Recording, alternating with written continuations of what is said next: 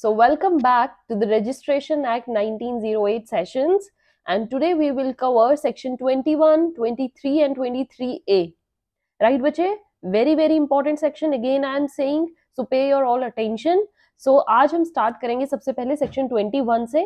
21 बात करता है description of the property and maps or plan. Okay 21 में हमें ये पता चलता है कि जब हम प्रॉपर्टी का रजिस्ट्रेशन करवाने जाते हैं तो वहां पर हमें किस दो चीज की बहुत ज्यादा रिक्वायरमेंट है. Okay so section 21 provides for mainly two requirements. कौन सी है वो दो requirements?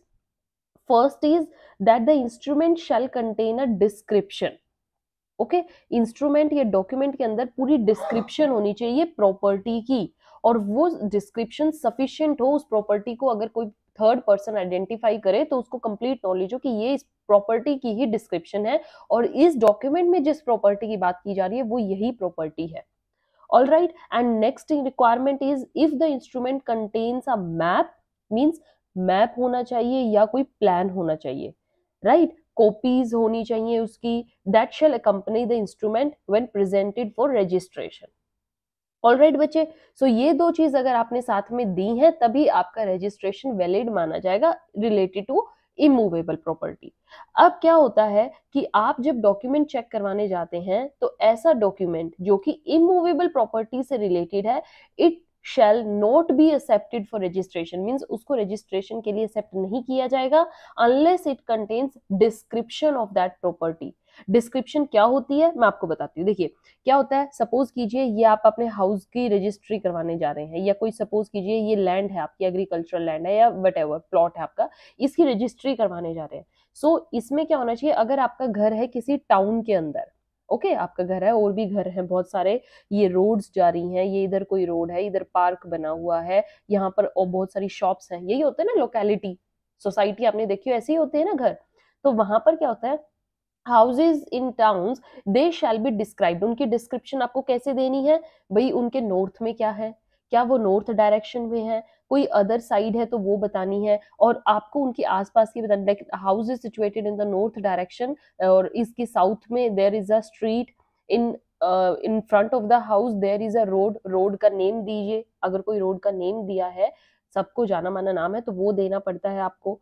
Right, it should be specified, means आपको स्पेसिफिक डिस्क्रिप्शन देनी है. नेम जो हो वो बिल्कुल स्पेसिफिक हो, मतलब कि नेम पढ़ते ही सबको पता लग जाए हाँ इसका घर इस गली के सामने है. Okay, to which they are in front of their existing and former occupancies, मतलब अब इस नाम, अब ये नाम है, पहले यहाँ पर ये नाम था, पहले यहाँ पर ये चीज थी. एंड बाय देयर नंबर, अगर हाउस आप दे रहे हो तो हाउसेज के नंबर्स होते हैं, आपको साउथ में हाउस नंबर भी देना है. हाउस नंबर अलॉट किए गए हैं ना थ्रू गवर्नमेंट, वो भी बताना है. कोई रोड है उसका कोई नंबर है, लाइक स्ट्रीट नंबर 1 है, राइट, मॉल स्ट्रीट है सामने, राइट. तो ऐसे नेम होते हैं, आपको वो डिस्क्राइब करना है.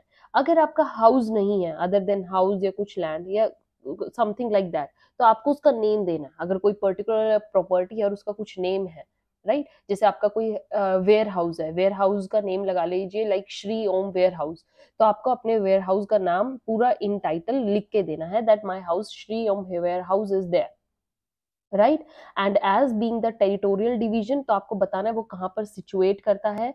राइट, रोड्स कौन कौन सी उसकी जा रही हैं, उसके बारे में सारी आपको ऑक्यूपेंसीज देनी है, और गवर्नमेंट के थ्रू मैप और सर्वे के अकॉर्डिंग बताना है कि यहाँ पर ये चीज है, इसके राइट में एक डिस्पेंसरी शॉप है, इसके लेफ्ट में एक पुलिस स्टेशन पड़ता है. ऐसे आपको सारी उसके आसपास की चीजें बतानी पड़ेंगी. ऑलराइट बच्चे, तो डिस्क्रिप्शन में आपको समझ में आया क्या क्या आता है. अब एक चीज क्या याद रखनी है डिस्क्रिप्शन के बारे में, इफ द डिस्क्रिप्शन जो है मिसलीडिंग दी आपने, ठीक है, मतलब कि उसमें कुछ ऐसा लिखा है जो कि रजिस्ट्रार ऑफिसर को या इंस्पेक्शन ऑफिसर को मिसलीड करता है, फॉल्स डिस्क्रिप्शन दे रहे हो, इनकम्प्लीट दे रहे हो, इस एक्सटेंट तक कि प्रॉपर्टी जो है वो आइडेंटिफाई ही नहीं हो रही है, no identification of the property, आपने जो भी लिखा है उससे एक्चुअल प्रॉपर्टी का पता ही नहीं लग पा रहा है कि आप किस प्रॉपर्टी की रजिस्ट्री करवा रहे हो, देन दैट रजिस्ट्रेशन क्या हो जाएगा बच्चे, वॉइड.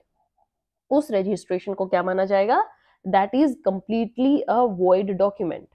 ओके, अब कुछ ऐसी भी होती हैं जिसमें आपने बहुत सारी चीजें सही लिखी हैं बट आपको नेम की वजह से इनएक्यूरेसी आ गई, या आपने इनसफिशिएंट डिस्क्रिप्शन दे दी है, मतलब आप साउथ में बताना भूल गए उसके साउथ में क्या लगता है. एंड दैट थिंग वो इस रजिस्ट्रेशन को वॉइड नहीं बनाती है, ठीक है, वो इनवैलिडेट नहीं करती, वो ठीक है, आपके जस्ट थोड़ा मटेरियल डिफेक्ट है उसको ठीक कर दीजिए, एरर को ठीक कर दीजिए, अदरवाइज जो आइडेंटिफिकेशन है वो प्रॉपर हो रही है। अगर आइडेंटिफाई प्रॉपर्टी नहीं हो पा रही है तब क्या होता है, वो डॉक्यूमेंट वॉइड मान लिया जाता है। All right, next thing is about map या प्लान। डॉक्यूमेंट के साथ आपको एक मैप और प्लान देना है ऑफ द प्रॉपर्टी जो कि आप रजिस्टर करवाना चाहते हो, और वो रजिस्ट्रेशन के साथ आपकी एक्सेप्ट की जाएगी। ट्रू कॉपी ऑफ मैप आपको देनी है, ट्रू कॉपी मैप प्लान भी, लाइक दिस इज, ये है आपको पूरा map banana, like this is the property, इसके साइड में ये ऐसे स्ट्रीट जा रही है, इधर से ये एक रोड है, यहाँ पर एक लाइक हॉस्पिटल है, यहाँ पर ऐसे, मतलब एक पूरा मैप के तरीके से बता के देना है, right. In case of such property situate in several district, तो आपको सेवरल डिस्ट्रिक्ट के through such number of true copies her office में दे के आनी पड़ेगी सच डिस्ट्रिक्ट्स के, कि हाफ प्रॉपर्टी मेरी यहाँ पर पड़ रही है उसकी, बाई चांस कोई बॉर्डर पर प्रॉपर्टी, तो इस तरीके से, राइट बच्चे। तो सेक्शन 21 अच्छे से समझ में आया, बहुत इंपॉर्टेंट है, नॉलेज आपको होनी चाहिए अगर आप अपनी प्रॉपर्टी की रजिस्ट्री करवाने जाते हो तो। Then coming to the section 23 section बात करता है time for presenting the documents, कि टाइम क्या होता है, टाइम लिमिट। टाइम भी बहुत जरूरी है बच्चे, आपको टाइम लिमिट का पता होना चाहिए कि मुझे कितने टाइम के अंदर अपना डॉक्यूमेंट रजिस्टर करवाना पड़ेगा। तो सेक्शन 23 बात करते, देखिए कुछ एक्सेप्शन होंगी जो मैं आपको साथ में बताऊंगी, ताकि आपको ये ना हो नेक्स्ट जब मैं वो सेक्शन करवाऊं तो आप कंफ्यूज हो जाए कि मैम ने तो उधर तो इतना टाइम पीरियड बोला, इधर ये। तो कुछ आपके एक्सेप्शन है, सेक्शन 24, 25 और 26।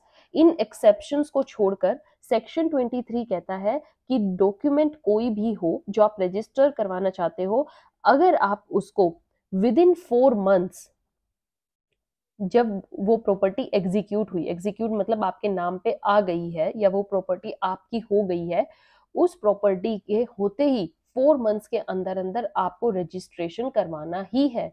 अगर आप 4 मंथ से लेट हुए without these exceptions, means in exceptions को कंसीडर करने के बाद, ठीक है, अगर आप लेट हो गए हो तो आपकी रजिस्ट्री नहीं होगी।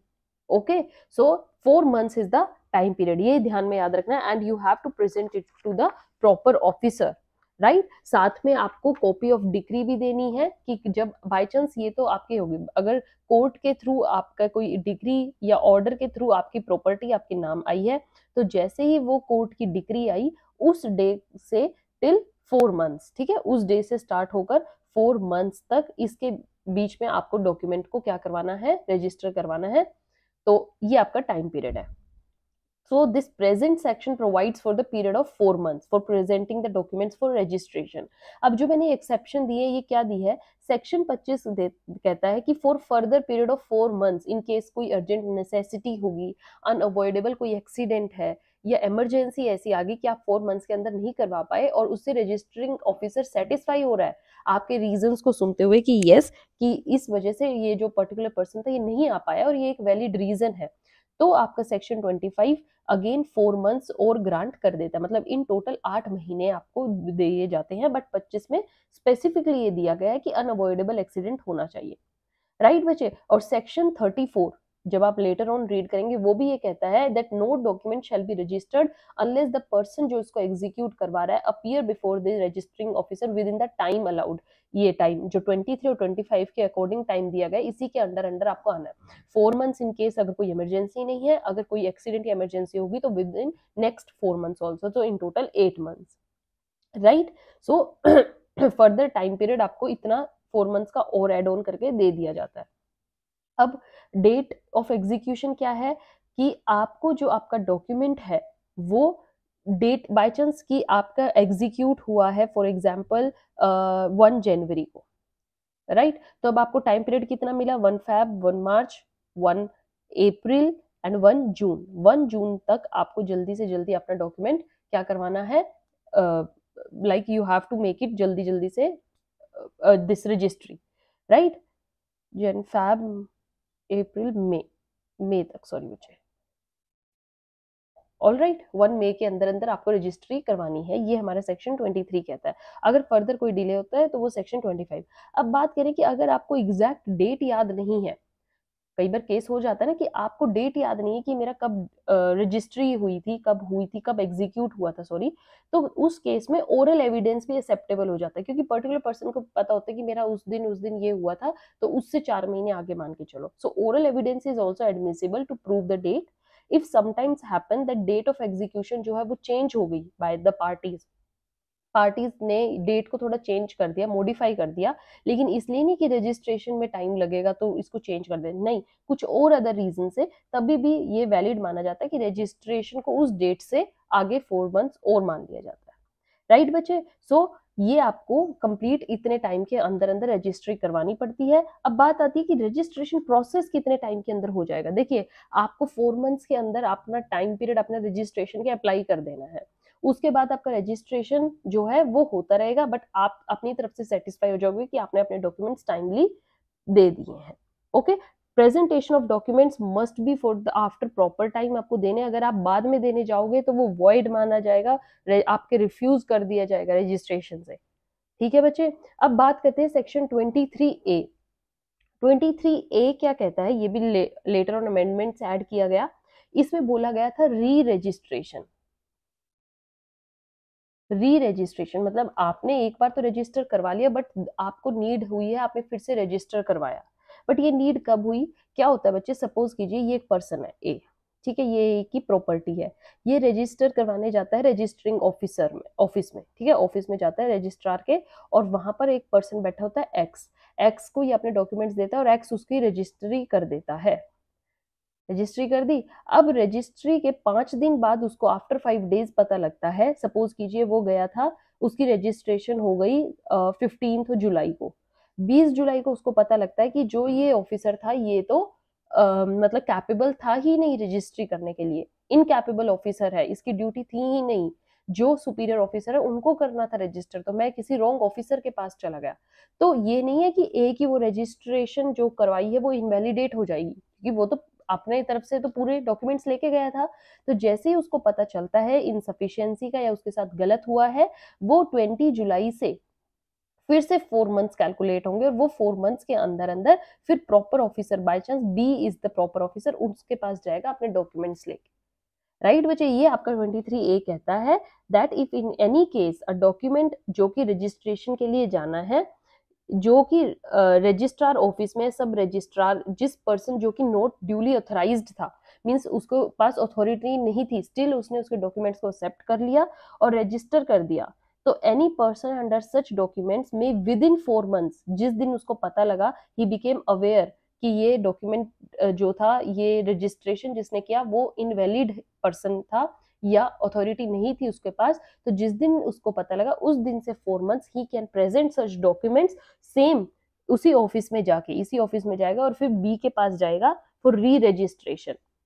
Okay, in that office for to the registrar of that district in which these documents were originally registered, and upon the registrar, जब registrar satisfy हो जाएगा कि हाँ जो डॉक्यूमेंट्स उसने दिए थे वो ऐसे ऐसे पर्सन ने एक्सेप्ट कर लिए थे जिसके पास अथॉरिटी ही नहीं थी, पावर ही नहीं थी, he shall proceed for री रजिस्ट्रेशन, वो उन डॉक्यूमेंट्स का फिर से री रजिस्ट्रेशन कर देगा। ओके बच्चे, and if such presentation registration हुआ है वो वैलिड मानी जाएगी, ये माना जाएगा कि वो पर्सन ओरिजिनल डेट को ही आया और 4 मंथ्स कैलकुलेट होंगे उस डेट से, ये नहीं माना जाएगा सर आपका तो टाइम पीरियड ही खत्म हो गया, उसने गलत ने किया तो हम क्या करें, नहीं, उसकी तो गलती नहीं थी। So this section was added by Indian registration amendment act in 1917 को, ये इसलिए भी नीड अराइज हुई थी कि इससे पहले जो भी प्रॉपर्टीज हुई थी रजिस्टर, वो लोग भी अपनी दोबारा से रजिस्ट्रेशन करवा सकते हैं थ्रू दिस सेक्शन 23A, जिस आफ्टर एनी डेट, जब भी उनको ये पता लगता है कि they want to go for registration. Okay, किसी भी डेट को, यहाँ टाइम लिमिट नहीं थी। राइट बच्चे, so in this section we completed 3 sections जो कि बहुत बहुत इंपॉर्टेंट थे, मैंने आपको थ्रू एग्जांपल अच्छे से समझाए हैं। In next session again we are going to start with section 24, जल्दी से अपना रजिस्ट्रेशन एक्ट कंप्लीट करते हैं, समझ समझ के करेंगे, रीडिंग एक्ट है और आपको एक एक वर्ड का मतलब पता होना चाहिए। Right, till then have a good day, keep watching, keep sharing, thank you.